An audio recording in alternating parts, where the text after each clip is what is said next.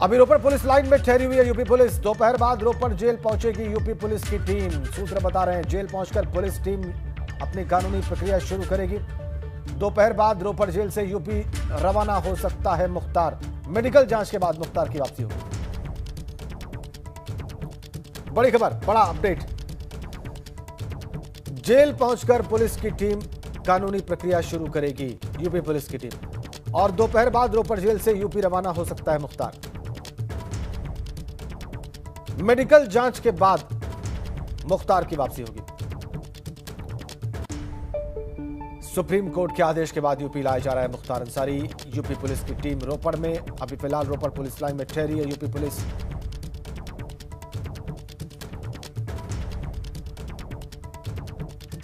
और पंजाब के रोपड़ की जेल में बंद गैंगस्टर और बाहुबली विधायक मुख्तार अंसारी को लेकर यूपी पुलिस आज बांदा जेल के लिए रवाना हुई। सुप्रीम कोर्ट के आदेश पर रोपड़ जेल में बंद मुख्तार अंसारी को वापस यूपी लाया जा रहा है। पुलिस की टीम में पीएसी की एक कंपनी के अलावा अत्याधुनिक हथियारों से लैस करीब 80 पुलिस के जवान भी शामिल हैं। सुरक्षा के लिहाज से इस ऑपरेशन को बहुत गोपनीय रखा गया है। इससे पहले रविवार को दिल्ली से आए इंजीनियर्स ने बांदा जेल के सीसीटीवी कैमरे और जैमर को चेक किया और उनकी कमियां दुरुस्त की। आपको बता दें कि मुख्तार अंसारी एक बिल्डर से रंगदारी के मामले में रोपड़ जेल में बंद है। अंसारी को लाने के लिए यूपी सरकार और पंजाब सरकार के बीच सुप्रीम कोर्ट में मामला चला।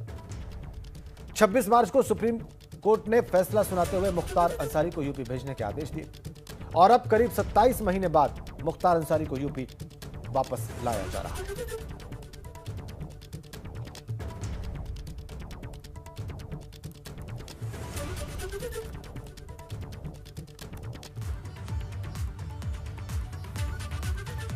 और मुख्तार की सुरक्षा को लेकर यूपी पुलिस कोई रिस्क नहीं लेना चाहती। इसके लिए बांदा जेल में जेल प्रशासन ने तमाम तैयारियां की थी। बांदा से सोमवार को पुलिस की कई टीमें अलग अलग रास्तों से रोपड़ भेजी। उन्होंने रोपड़ तक जाने वाले रास्तों का आकलन किया, और जो सबसे सुरक्षित रास्ता होगा उसी से आज मुख्तार अंसारी को बांदा लाया जाएगा। मुख्तार को यूपी की बांदा जेल वापस लाने का यह ऑपरेशन कितना खास है, यह बात इसी से समझी जा सकती है कि माफिया को पंजाब की जेल से लाने वाली स्पेशल टीम में रवानगी से ठीक पहले बदलाव कर दिया गया। पहले टीम सोमवार सुबह 5 बजे निकलने वाली थी, लेकिन फेरबदल की वजह से इसमें देरी हुई। स्पेशल टीम से पूर्वांचल के सभी पुलिस कर्मियों को हटा दिया गया। मुख्तार के लोग किसी भी तरह से इस ऑपरेशन को प्रभावित न कर सकें, इस आशंका में यह कदम उठाया गया। मुखबिरी की आशंका की वजह से सभी पुलिसकर्मियों के मोबाइल फोन जमा करा लिए गए। पुलिस टीम वायरलेस सेट्स के जरिए ही एक दूसरे के संपर्क में है। पूरे रूट को बहुत सीक्रेट रखा गया है। मुख्तार को यूपी वापस लाने वाले रास्ते की रेकी भी की जा रही है। चलिए हम आपको सुनाते हैं मुख्तार की वापसी के रूट और हैंडओवर की प्रक्रिया पर उत्तर प्रदेश के 3 पूर्व डीजीपीस का क्या कहना है। कुछ अपराधी ऐसे होते हैं जिनकी कोई खास उनसे खतरा नहीं है, ये है तो 3-4 आदमियों का चार आदमियों का स्कॉट ही पर्याप्त होता है। ट्रेन से भी ले आते हैं, किसी गाड़ी से भी ले आते हैं, वाहन से। लेकिन जो बड़ा बाहुबली हो, बहुत बड़ा अपराधी हो, उसके बारे में बहुत ज़्यादा एहतियात बरतने की ज़रूरत है। मुख्तार के केस में मैं समझता हूँ कि उत्तर प्रदेश पुलिस मुख्तार को रात के समय लेकर नहीं चलेगी, भले वो डिले हो जाए, कि इसमें काफिला लंबा है। मुख्तार के यहाँ से ले उत्तर प्रदेश से एम्बुलेंस गई है, पुलिस का वज्र वाहन है, कई गाड़ियों का स्कॉट है, और करीब मैं समझता हूँ 50, 60 और 100 तक भी पुलिसकर्मी हो सकते हैं। यूपी पुलिस की टीम यहाँ से गई है एक डिप्टी एसपी के नेतृत्व में, जिसकी समीक्षा, जिसका सुपरविजन सीनियर ऑफिसर्स कर रहे हैं। IG Chitrakoot, ADG Prayagraj zone कर रहे हैं, और अब उसको यहाँ पर लाया जाएगा। पूरा एक फ्लीट का पूरा एक सिस्टम है। डिप्टी एसपी उसमें है, आगे पीछे गाड़ियाँ रहती हैं, और अपना रूट को क्लियर देखकर और अपना बढ़ते चले जाते हैं। किसी प्रकार का कोई खतरा नहीं है, इसकी कोई इतनी आवश्यकता नहीं है। 2-3 गाड़ियाँ पर्याप्त थी, पर क्योंकि इसमें सुप्रीम कोर्ट का इन्वॉल्वमेंट है, सुप्रीम कोर्ट के द्वारा आदेश दिए गए हैं, तो यूपी गवर्नमेंट ये नहीं चाहती है कि कहीं पर भी कोई उंगली उठाने का मौका किसी को मिले, या मुख्तार अंसारी या मुख्तार अंसारी के परिवारीजनों को मिले। वैसे तो पुलिस शायद कोशिश करे कि एक दिन में ले आए, लेकिन जैसा कि 900-1000 किलोमीटर करीब दूरी है, तो 18-20 घंटे का रास्ता है ये। तो एक बार में लाने में कठिनाई भी हो सकती है, तो हो सकता है कि रास्ते में ये लोग कहीं रुकें। तो अब ये उनकी प्लानिंग वही है, ये तो पता नहीं हमें कि क्या प्लानिंग है उनकी। रुकेंगे तो कोई सेफ़ प्लेस चाहिए जहाँ पर ये सब लोग इकट्ठे रुक सकें और उस पर निगरानी रखी जा सके। अगर नहीं रुकते हैं तो फिर ड्राइवर बदलने के लिए होने चाहिए ऑल्टरनेटिव, की एक की जगह 2 ड्राइवर हो, एक ड्राइवर चलाए, एक सोता हुआ आए, इस तरह। और जो गार्ड वार्ड जाएगी उसको भी ज़रूरत पड़ेगी थोड़े आराम की, तो 20-20 घंटे की ड्यूटी लगातार करवाना मुश्किल है। तो ये प्रिकॉशंस का आवश्यक होंगे। चलिए ताज़ा अपडेट ले लेते हैं। सचिन शर्मा रोपड़ जेल से हमारे साथ सीधा कनेक्ट हैं। विवेक त्रिपाठी बांदा जेल से सीधा जुड़े हुए हैं और शैलेश अरोड़ा लखनऊ से हमारे साथ जुड़े हुए हैं। पहले रोपड़ चलते हैं, बिना वक्त गंवाए सचिन के पास। सचिन, क्या अपडेट है आपके पास वहां से? जी, इस वक्त हम रोपड़ जेल के बाहर खड़े हैं। यूपी पुलिस की जो टीम है वो तकरीबन 4:30 पे यहाँ पहुँच गई है रोपड़, और इस वक्त पुलिस लाइंस में वो ठहरे हुए हैं और बाद दोपहर तक हो सकता है कि वो रोपड़ जेल आए और अपनी जो लीगल फॉर्मेलिटीज़ हैं, डॉक्यूमेंट्री प्रोसीडिंग्स हैं, उसको कंप्लीट करके यहाँ से मुख्तार अंसारी को लेके जाएं। फिलहाल यूपी पुलिस की टीम क्योंकि लंबे सफ़र से आई है तो पुलिस लाइंस में फ़िलहाल वो रेस्ट कर रहे हैं और बाद दोपहर के बाद मुख्तार अंसारी की शिफ्टिंग जो है यहाँ से हो सकती है। फिलहाल इसमें एक अपडेट और है कि जो जिस एम्बुलेंस की चर्चा थी जिसमें मुख्तार अंसारी रोपड़ जेल से गया था मोहाली कोर्ट में, उस एम्बुलेंस को भी पुलिस जो है, यूपी पुलिस पिछले कल जो है वो लेके गई है यूपी। वो एम्बुलेंस यहाँ लावारिस मिली थी एक ढाबे के बाहर। पिछले कल यूपी की पुलिस जो है जी ढाबे पे भी गई थी, वहाँ इन्वेस्टिगेट सचिन, आप कह रहे हैं कि पुलिस लाइन में कैसे उस रोपड़ पुलिस लाइंस में, ठीक है अपडेट आ गया सचिन। आप कह रहे हैं कि रोपड़ पुलिस लाइंस में इस वक्त यूपी पुलिस की टीम ठहरी हुई है, विश्राम कर रही है, और विश्राम करने के बाद वो रोपड़ जेल आएगी और उसके बाद जो भी प्रक्रिया है पूरी करके मुख्तार का हैंडओवर लेके आगे जाएगी। बिल्कुल बिल्कुल बिल्कुल बिल्कुल जो भी लीगल प्रोसीडिंग्स हैं जेल के अंदर, जो भी कागजी कार्रवाई करनी होती है, उसमें तकरीबन मेरे ख्याल से आधा पौना घंटे का समय लग सकता है उस सारी डॉक्यूमेंट्री जो भी प्रोसीडिंग्स है उसको कंप्लीट करने के लिए। तो बाद दोपहर 12 बजे के बाद यूपी पुलिस की टीम किसी भी वक्त जो है रोपड़ जेल जो है पहुंच सकती है। पुलिस लाइन से लगभग 3 किलोमीटर दूर ये पूरी रोपड़ जेल है यहाँ। जी तो पूरी किसी पुलिस भी टीम वक्त जो है 12 बजे के बाद पूरी पुलिस टीम रोपड़ पुलिस लाइंस में ही ठहरी हुई है। सारी जो 20 गाड़ियों का काफिला है, जी बिल्कुल बिल्कुल बिल्कुल सारी की सारी जो यूपी पुलिस की टीम है वो पुलिस लाइंस में ही है अभी। बिल्कुल बिल्कुल ठीक है। अब हम विवेक के पास चलेंगे, विवेक से जानेंगे कि वहां से क्या अपडेट है उनके पास। विवेक का सचिन बता रहे हैं कि अभी पुलिस विश्राम कर रही है, यूपी पुलिस की टीम रोपड़ पुलिस लाइंस में, और 3 किलोमीटर की दूरी है पुलिस लाइन की रोपड़ जेल से, और दोपहर तक वहां पर पहुंचेगी विश्राम के बाद यूपी पुलिस। फिर उसके बाद हैंडओवर की प्रक्रिया पूरी होगी और उसके बाद मुख्तार को लेकर वापस लाया जाएगा। क्या अपडेट आपके पास बांदा जेल से है इस वक्त?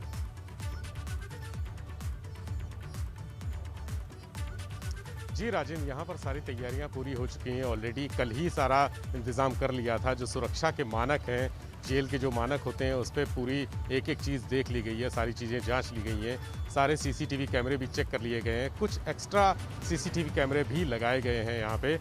और एक बात और महत्वपूर्ण कि जेल के अलावा आसपास के इलाकों में भी निगहबानी बढ़ा दी गई है, सुरक्षा के इंतज़ाम पुख्ता कर लिए गए हैं। आसपास के जो रास्ते हैं, जेल पहुँचने के सभी रास्तों में लोहे की बैरिकेडिंग लगा दी गई है और वहाँ पर पुलिस तैनात कर दी गई है। ट्रैफिक पुलिस भी तैनात है, चूँकि मुख्तार के बांदा जेल वापस आने को लेकर यहाँ स्थानीय लोगों में भी खासा उत्साह देखने को मिल रहा है कि चूँकि मुख्तार एक ऐसा शख्स है जिसने जिस जेल में भी रहा है, जिस इलाके में भी रहा है, वहाँ आसपास उसने अपना एक अच्छे इंसान का चेहरा दिखाया है, लोगों की मदद की है। चाहे वो पंजाब का रोपड़ जेल हो या बांदा की जेल हो, बांदा जेल में भी रहते हुए उसने आसपास के जो इलाके के लोग हैं उनकी हर तरह से मदद की है। जो मानवीय चेहरा उसने अपने आप को दिखाने की कोशिश की है, ये एक माफिया का दूसरा चेहरा है। इसीलिए यहाँ पर गतिविधियाँ तेज हो गई हैं। लोगों का जेल के आसपास आना जाना, गुजरना और पूछना कि मुख्तार कब आ रहा है, ये अभी हम जब से यहाँ पर 1-2 घंटे से खड़े हुए हैं तमाम लोगों को आते जाते देखा है। तमाम लोग पूछ रहे हैं मुख्तार के बारे में कि मुख्तार यहाँ कब आएगा, किस समय आएगा। जेल प्रशासन ने जो तैयारियाँ की हैं वो पुख्ता हैं, पूरी तैयारियाँ हैं। इसके अलावा जो स्थानीय पुलिस है वो भी पूरी तरह से तैयार है। सुरक्षा के सभी इंतजाम पूरे कर लिए गए हैं। मुख्तार के जो समर्थक हैं और विरोधी हैं, दोनों पे नजरें रखी जा रही हैं। खुफिया इकाई, जो स्थानीय खुफिया इकाई है वो भी सक्रिय हो गई है। वो हर तरह से लोगों की एक एक गतिविधि को देख रही है। जेल के अंदर जो लोग मौजूद हैं उसमें भी 2 दिन पहले ही ये सूची तैयार हो गई थी कि जेल के अंदर मुख्तार के समर्थक कौन है और विरोधी कौन है। ये आंकड़ा भी जुटा लिया है। उन सब पे भी निगाह रखी जा रही है। सारी चीजों को मद्देनजर रखते हुए सारी तैयारियां कर ली गई। आपने बहुत रोचक एक जानकारी दी कि लोग बहुत उत्सुक हैं बांदा में, सामान्य लोग भी, कि मुख्तार कब आ रहा है। और दूसरी बात जो आपने बताई वो मुख्तार के मानवीय चेहरे की बताई जो वो दिखाता है। बहुत रोचक बात। शैलेश, लखनऊ चलते हैं शैलेश के पास। शैलेश, लखनऊ से क्या जानकारी आपके पास ताजा इस वक्त?